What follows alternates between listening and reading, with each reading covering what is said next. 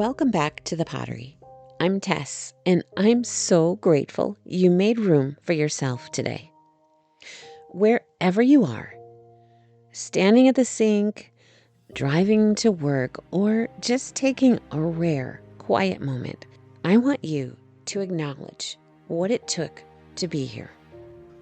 Before we go further, a quick safety reminder: if you're driving or somewhere that you can't safely pause, just listen for now.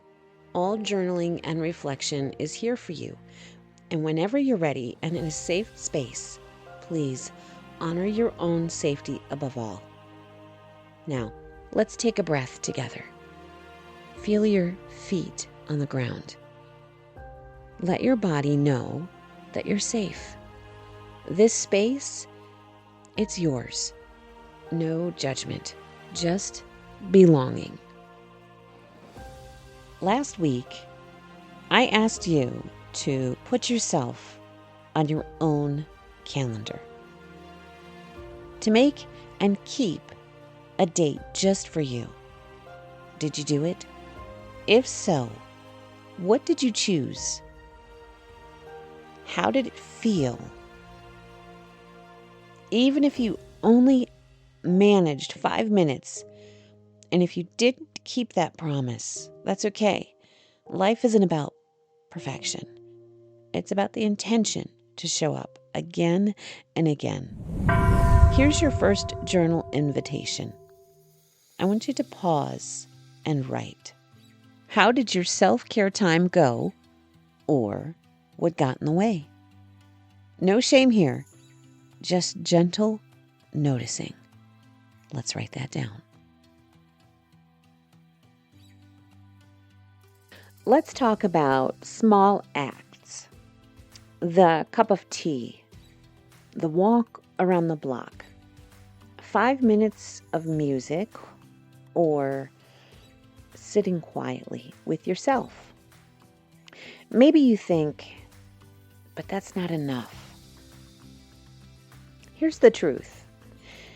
Every small act stacks up. Little moments are the pebbles that build the path to real healing.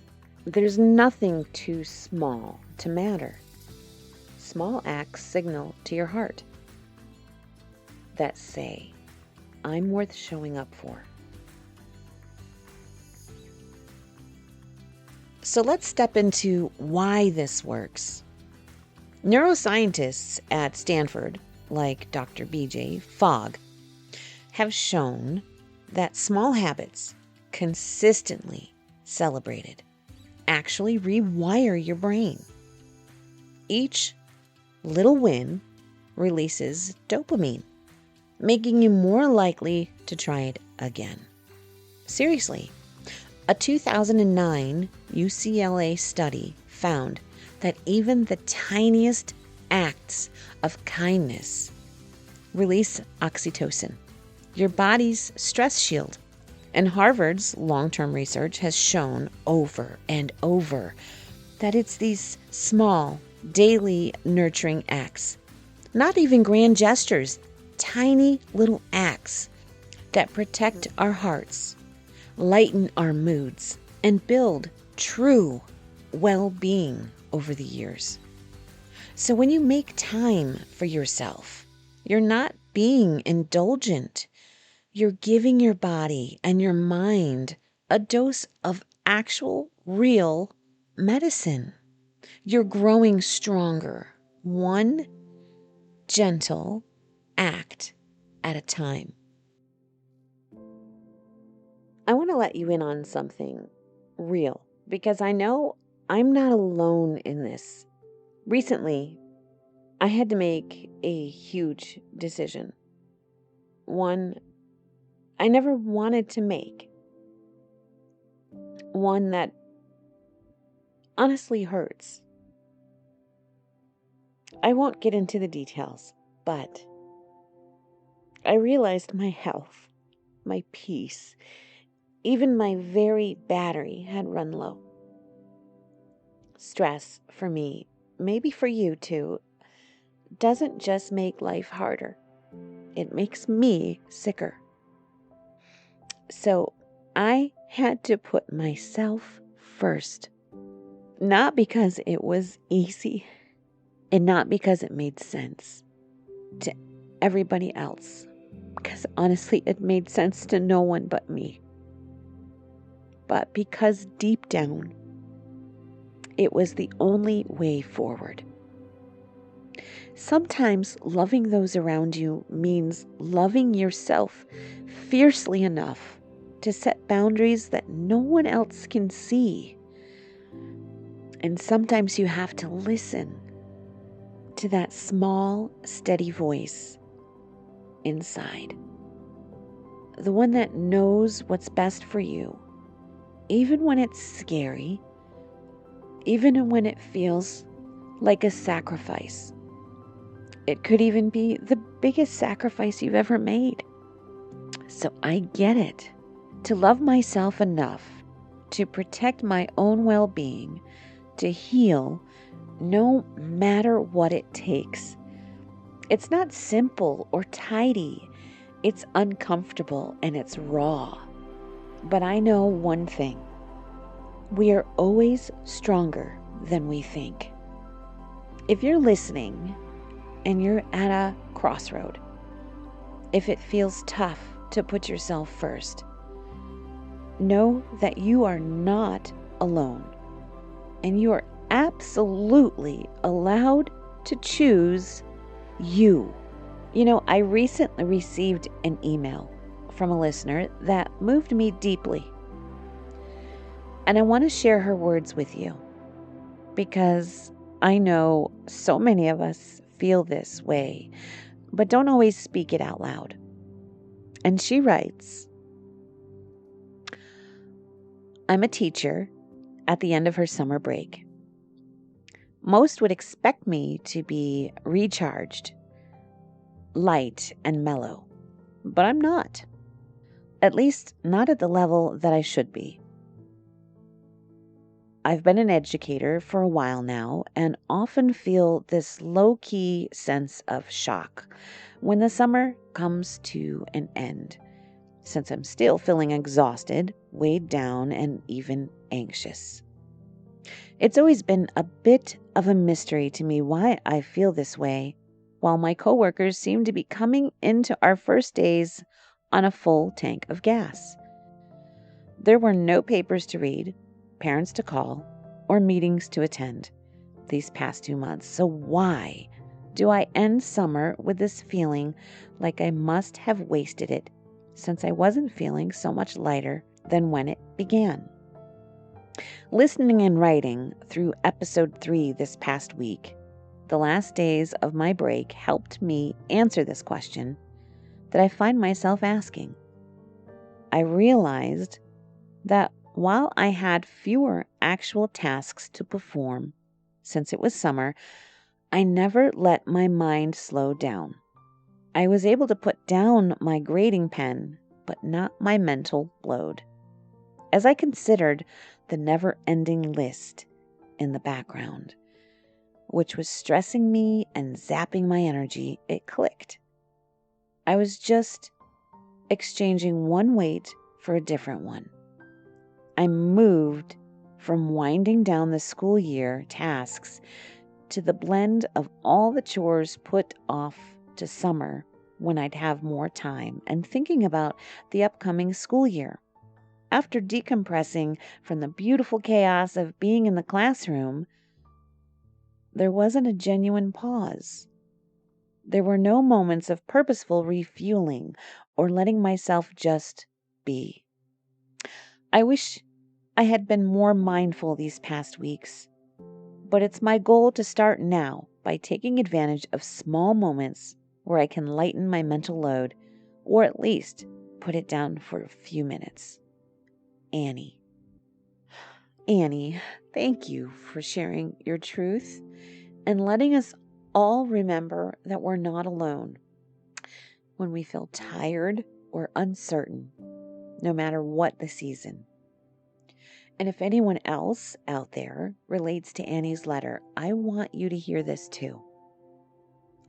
It's really common for caring and thoughtful people to second guess themselves, especially during times of transition or when the world expects you to show up refreshed and confident. If you, like Annie, find yourself staying up late, replaying your days, and doubting what you've done or what you're about to do, I want to offer you this. What if self-doubt isn't a flaw, but a sign that you care deeply? Tender hearts ask questions. The ones who love the most are often the gentlest with others, but hardest on themselves. If your mind runs wild, imagining all the what ifs or makes up tough stories about what others think, try this. Each time you catch yourself making up a meaning that hurts or a story of I'm not enough, just pause, breathe, and gently ask, is this actually true? Or is this just a habit my mind has? Sometimes the truth is far kinder than we first imagine. Instead of fighting the doubt, notice it. You can even write it down in your journal and ask, what would I say to a friend with this worry? Most times you'd offer them grace, not criticism. You deserve that very same kindness. And if the start of something new makes you wonder if you're measuring up, remember, it's okay to feel unsure. The best teachers and leaders are the ones who care enough to question, to learn, and to reflect. Your quiet moments of worry are part of what makes you thoughtful, and that will always matter so much more than looking perfect or having all of the answers. So Annie, and anyone else who shares this experience, know this. You are not alone in your questions, your doubts, or your fatigue. You are strong for showing up as you are and worthy of every moment of peace you can give yourself. Even if it's just a few deep breaths before bed or gentle reminder that your story is still being written. Let's honor some real voices. People who wrote in or messaged me to say how a 5-minute walk with a dog or a cup of tea, coffee, savored alone, or playing a favorite song shifted their whole day is living proof that what seems small is often the most restorative. And if you're feeling alone, please reach out. You never know whose story could change just by hearing yours. Thank you, Annie. Let's pause for a moment right here. We've gone to some deep places today, and that takes courage. So if you're feeling tender, tired, or maybe even a little raw, give yourself permission to just rest for a second. Or maybe just I don't know. There is absolutely no rush and no right way to heal.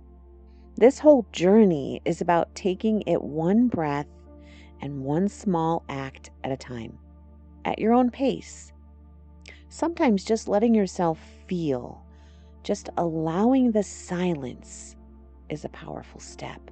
And while I talk a lot about the work I've done alone, I want to acknowledge something important too. There have been people in my life who've helped me heal along the way. Even if sometimes I forget to say it, I want to say a deep thank you to those who were there for me, especially my family. The truth is, they were there for me during a lot of tough times, and they deserve that thanks. While ultimately the healing work is something only I could do for myself, I know I didn't walk the road completely alone. You know who you are, and I thank you deeply from the bottom of my heart. And I love you. So if you're listening and feeling like your journey has been supported or challenged by others, know that it's okay to hold space for all those truths. Healing doesn't belong to just one person or one story. It's a mix of our strength and the loves or teachers who show up along the way.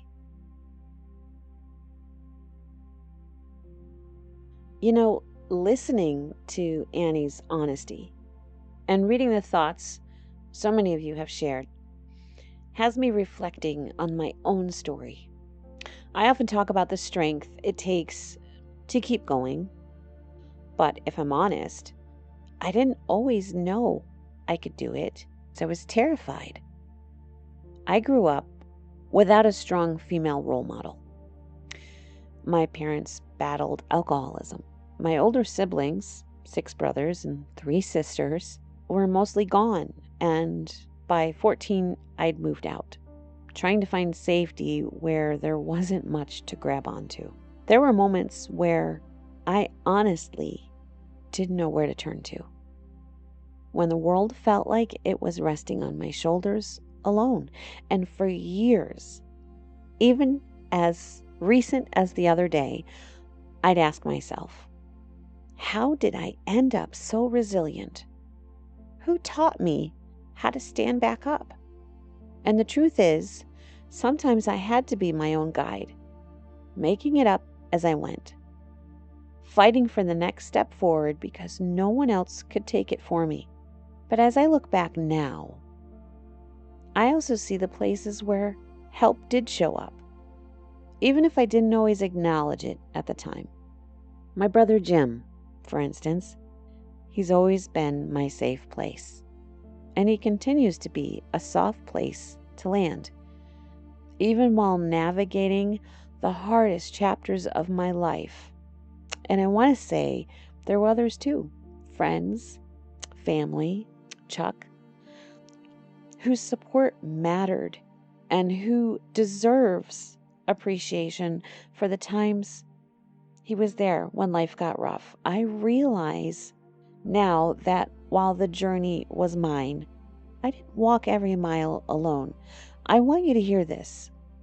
Sometimes our greatest strengths are born from what we lacked, but even the strongest people need moments of help, and that doesn't make us any less resilient. Sometimes becoming the light for others means acknowledging the ones who kept the candle burning for us, even for a moment. That's why I pour my heart into this podcast, and I work with my kids, and I want to be the light I didn't have, to help others find hope, even when their own story feels heavy. If you're listening and you've done hard things mostly on your own, or with a little bit of help, seen or unseen, you're living proof that your path matters. And maybe the strength you've built can become a safe harbor or spark of light for someone else who's feeling their way through the dark. So if you're reflecting right now, here's a gentle invitation. Think about the strengths that you've built through hardships, the people, expected or even unexpected, who've offered support, and maybe even the ways you are becoming a guiding light for someone else right now. Let's take this time to reflect on that and write that down.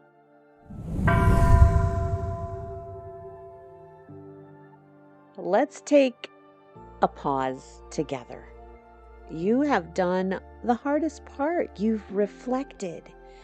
You've shown up honestly, and there is no rush, no race. Every listening is a courageous act of self-care. And I thank you for doing that for you.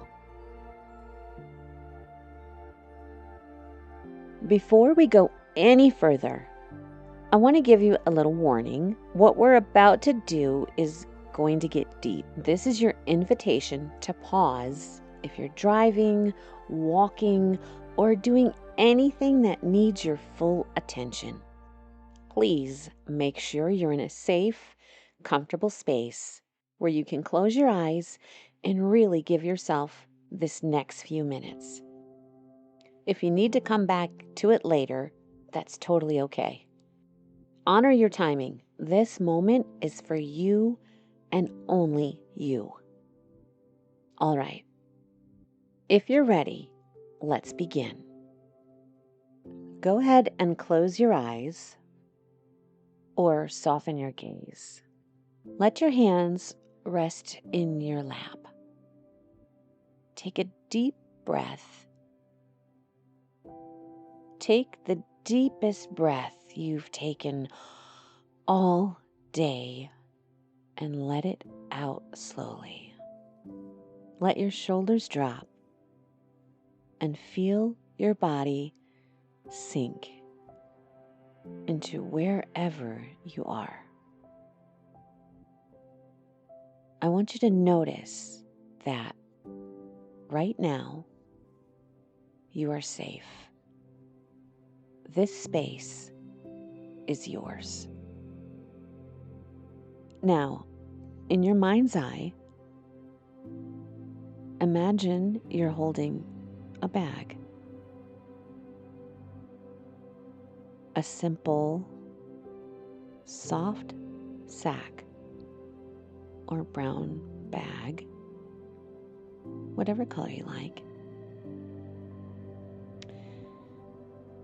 that's traveled with you for years.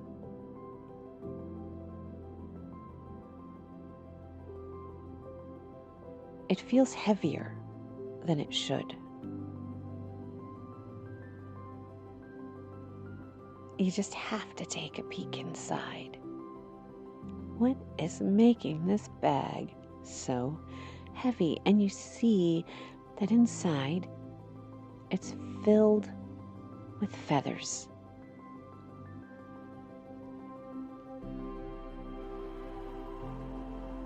Each feather has a word, a sentence, or a memory written on it. Old messages you picked up along the way. Maybe things that you've heard about yourself. Things you started to believe. Things like, you're too much.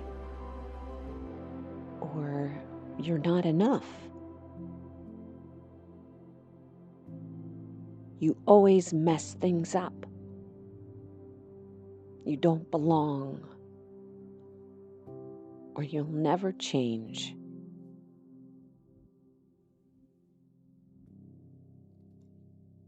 What do your feathers say?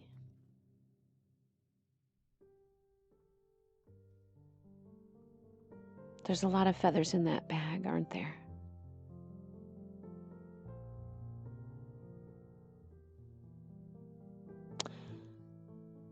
Let one feather at a time float up. See what's written there.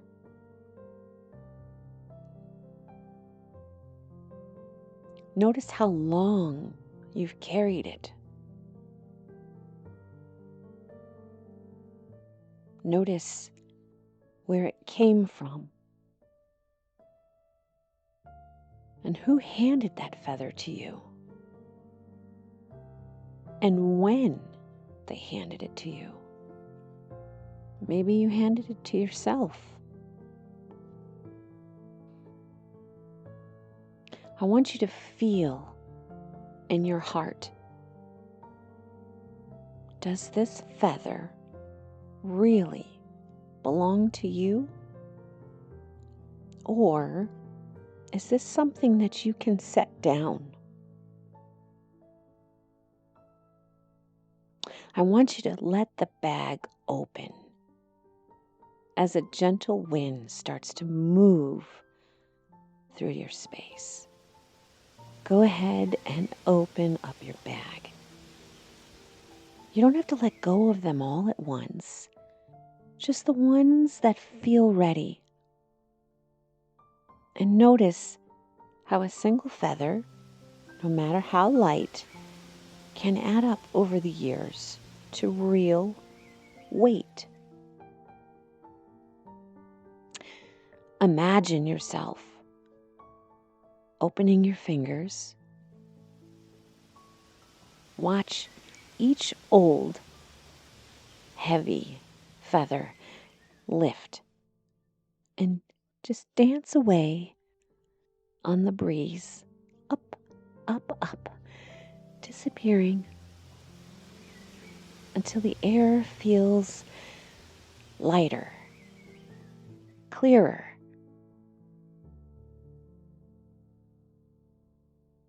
Go ahead and pause right here and give yourself as much time as you need.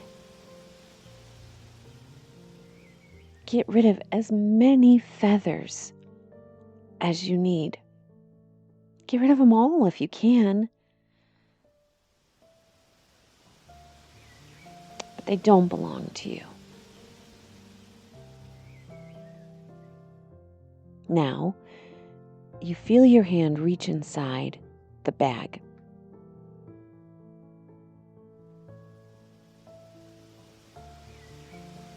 There's space for new feathers now.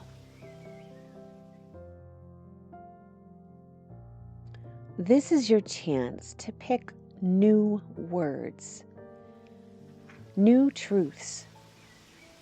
And on these new feathers, I want you to gently write the messages you want to carry forward. The words your heart has always longed to hear. It could be, I am enough just as I am. I am worthy of love, kindness, and belonging. I am resilient and creative. My story matters. I deserve to feel safe. I deserve to feel joy. And I am allowed to begin again. What do your new feathers say? Make as many new feathers as you can. Positive feathers go back inside the bag. Feel the softness and strength of these new feathers, your feathers. Let them take their place in your bag. They're lighter than air, filling that old space with hope instead of heaviness.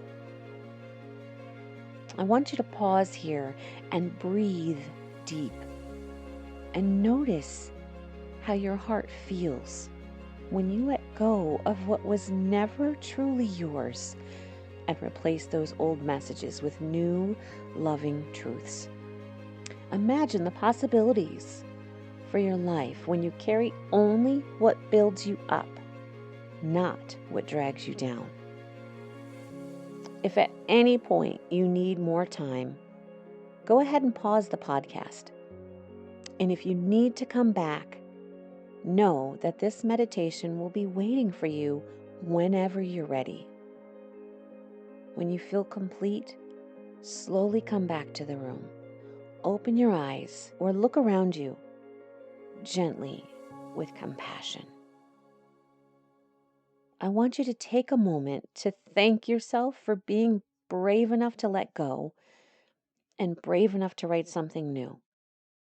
You are the author of your own story. Your bag is yours to fill with truth, with kindness, and self-love from this day forward. Take a slow, deep breath and notice how your body feels right now.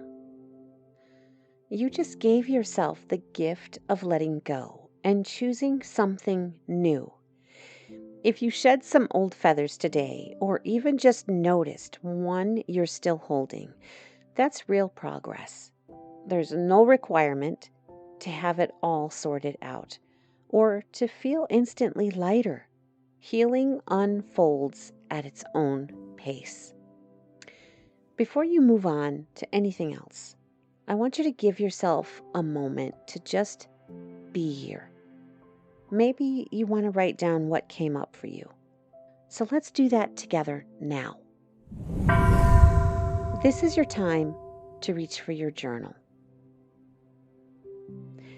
And for every old feather that you let go of, I want you to write down a new, true, loving word or phrase for yourself, the feathers that replaced the old.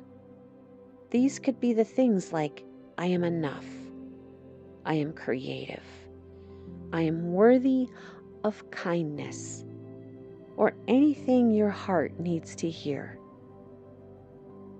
Let your new positive words fill the page as gently or boldly as you need. On this journal page, I want you to write down what new feathers you put in your bag. Put them bold, proud, and colorful on this page. Come back to it if you need to, but these are your words. I want you to own these words as they replace all of those other ones that you got rid of, the ones that floated away. And they're feathers. The reason why they're feathers is you can't get them back. They're gone. Feathers float away with the wind, and they're impossible to retrieve. Let them go. And these words we're going to write down right here, right now. Whatever you're carrying forward from today, know that you did something meaningful for yourself. And if those new feathers still feel delicate, I want you to protect them gently. Return to this exercise as often as you need.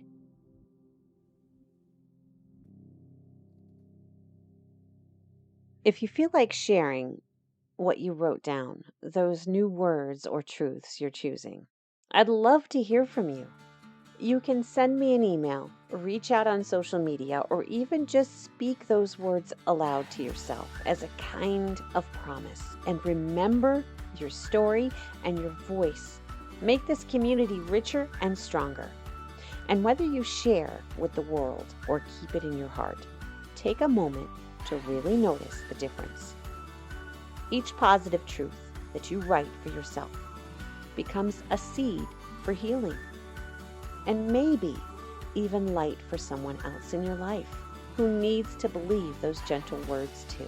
We're building this new story together, one entry and one act of courage, one small step at a time.